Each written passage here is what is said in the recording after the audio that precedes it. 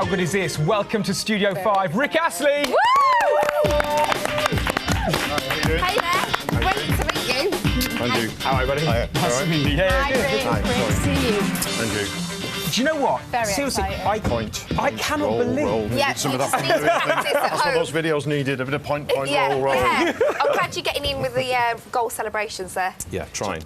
I can't believe it's been so long since those singles were out. So, what have you been doing all this time? Well, I have an 18-year-old daughter. Wow, have you? Yeah, Surely not. Yeah, absolutely. And that has taken up some of the best years of my life for sure. That's been fantastic to be able to be at home and be a proper dad in terms of that instead of being somewhere else and what have you, working and what have you. So that's been great. What does she think so proud? Yeah. Sorry, what does she think of your She's 50% completely embarrassed of me and 50% proud of me, I think, but that's what every child should be about their mum and dad, I think. You know what I mean? That's a good It's a good balance to have. It is. And Never Gonna Give You Up came out in 1987. I hate to say I was just a kid at the time. No, you've been through your mum's CD collections if you remember that one, I'll tell you, yeah. But you know what, I remember it. I mean, you still hear it everywhere. A massive, massive hit. I mean, you must be very proud of that song. I am, and I think I have very fond memories of it back in the day, but now that I go out and sing again on some of these 80s shows and stuff, and when I do that song, I can relate to when people have said to me, oh, that's our song, we fell in love to that song, we had it at our wedding, what have you. Because I've had a bit of a life myself now, I can relate to it a bit more. When people said that to me when I was 22, 23, I didn't dismiss it, but it didn't have the same feeling. You have got to live your own life, haven't you, to feel those things and emotions, I think, so, yeah.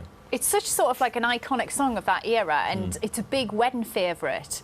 What is it sort of? What is it like? Sort of, what does it mean to you? Well, like I say, at the time, I didn't appreciate perhaps how big the song became, really, because I was in the middle of that little bubble of my own kind of thing, But it was the #1 kind of right around the world and everything in America as well, and I was just kind of hanging on, to be honest. It was like a runaway train, and I was just hanging on, and I kind of hung on for 4 or 5 years, to be honest, before I woke up one morning and said, you know what, maybe this isn't for me anymore. And but like I say, I've got really good memories of it because I've had a huge break, and I've been doing different things, little things, but I've not really been, banging away at doing that kind of thing for years and years and singing my old hits for years and years.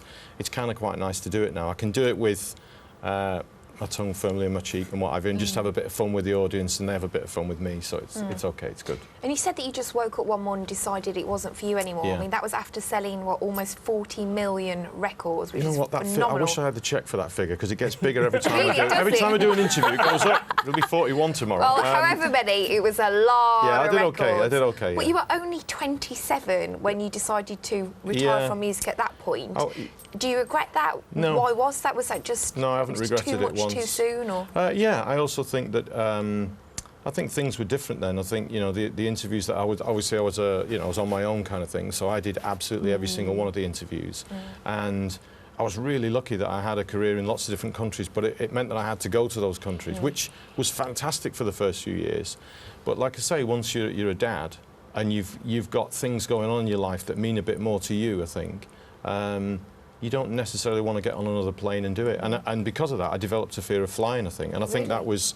I have this pet theory that the flying stopped me from doing what I was doing, rather than the other way around, if you know what I mean. Yeah. I couldn't go and promote records in America or wherever because I didn't want to get on a plane to do it, And I do fly now. I don't particularly like it, but I do fly and stuff. So, yeah, I think, I'm not saying I was heading for a nervous breakdown or cracking up or anything, but I think the signs were there to say, you know what, maybe you need to put the brakes on and do something else, so. Now, it was only a few years ago when you're sort of thrown back into global popularity with the Rickrolling phenomenon. Yeah, it's pretty weird, that. Now, I guess for those people who don't remember or don't know what that was, it was basically, on the internet, thousands of links have been altered so that when you clicked on them, it went to your music video. Yeah, I know. Yeah, and it just went massive, and you won an award at the MTV Awards. Yeah, well, I think what happened was because that thing kind of, it had its 15 minutes, and it was pretty massive kind of thing, especially in the States, I think, especially. It was a bit strange, and a few things happened on the internet because of that were pretty weird. And one was which the MTV had this award for the best act ever, and they threw me in that category, which I thought was, them being ironic and funny.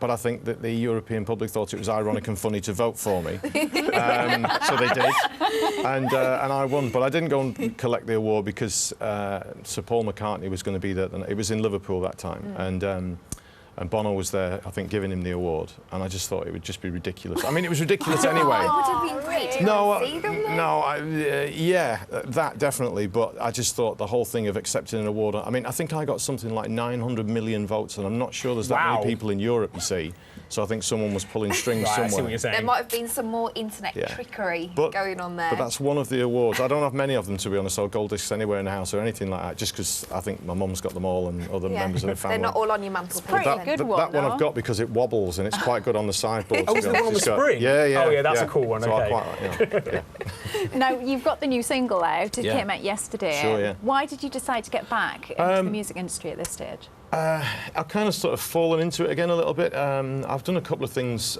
with and for Peter Kay. I've got to know him a little bit over the last year or so. He asked me to come up and sing at a charity event that he was the compere of. And he ended up singing more of my songs than I did, to be honest. He came on stage and it was like sort of, you know... he's so funny, though. He is. He's brilliant. And he's such a natural guy to be around. You know, he's very, very laid back and makes you feel very comfortable. I had a little cameo in the Pop Factor thing that he did as well. And I don't know, I think that, you know, the idea came along of me to go and open for him. So I opened up at the shows he did in Manchester, the 20 big shows that he's just done. And it was absolutely brilliant. And a few of my friends who are, you know, big songwriter producers now kind of said, look, why don't we do some new material? And I was a bit and ahhing, but you know, but I really love music still. I've never fallen out of love with music, and so we wrote a couple of tunes. And this next song, Lights Out, it was the one that kind of stood out as a first single, maybe. So I just thought, well, we'll give it a go. And I'm a realist, you know. I'm not expecting anything like I had back in the day or anything, but it's just been fun, to be honest, to sing a new song. I'll be flat honest with you. Well, we've got a clip of it, Rick. Fab, so let's have a look at your new single. Brill. And I can turn the lights out now. I'll see your face. No, I can turn the lights out now. My heart will break. 'Cause everything I see will end up killing me. All over again. No, I can turn the lights out. Turn the lights out. Such a good song. It's Thank you. really Thank you. catchy. Cheers, thank you. And it's getting loads of radio play. I think Yeah. it's Radio 2's Record of the Week. It was Record of the Week on Radio 2, thanks. That's nice. Yeah, and they've been playing it since, so that's great. Yeah, it's just nice to have a new song on the radio, like I say, you know, so it's been Is it good. more fun second time round? I had some fun moments, believe me, I did, back in the 80s and stuff. But in a way, perhaps I'm going to cherish this little moment a little bit more in a way because, because I know what it's like to be, you know, anonymous and not famous particularly anymore. I know obviously people remember my name and remember certain songs perhaps, but it's kind of a nice thing, like I say, to be doing something new, you know, as opposed to, don't get me wrong, I get a fantastic living out of singing my old songs, which I'm ever so grateful for, you know. And I still get to travel the world because of it, you know. I'm going to some crazy places this year, but as I say, it's just nice to have a new song, you know. So. And what's going to be next for you, do you think? Would we see you touring? Because there's so many of your fans out there that would probably love to see that. I'm going to do some more shows with Peter, Yeah. supporting him, which is just brilliant. It's really a great fun thing to do. But I am going to do some more gigs on my own, I think. But I'm doing quite a lot of summer shows with a lot of other people from the 80s. It'll be up on my website and various websites, all the dates and stuff. So, yeah, and those are good fun. They're kind of like, I see some of the guys that I knew back then, and I kind of got to know them a little bit better now, to be honest, because of doing that. Because you were always kind of a bit like that, really, you know. But hang out now and maybe have a glass of wine after the gig, you know. Well, I've got to say, it's been fantastic to meet you today. Same here. Good Thank luck you. with the new Thanks single, very much. Lights Out. And thanks. Rick Thank you Astley, very everyone. much. Thank you. Yes, and his excellent new single, Lights Out, is available right now to buy in all good record shops.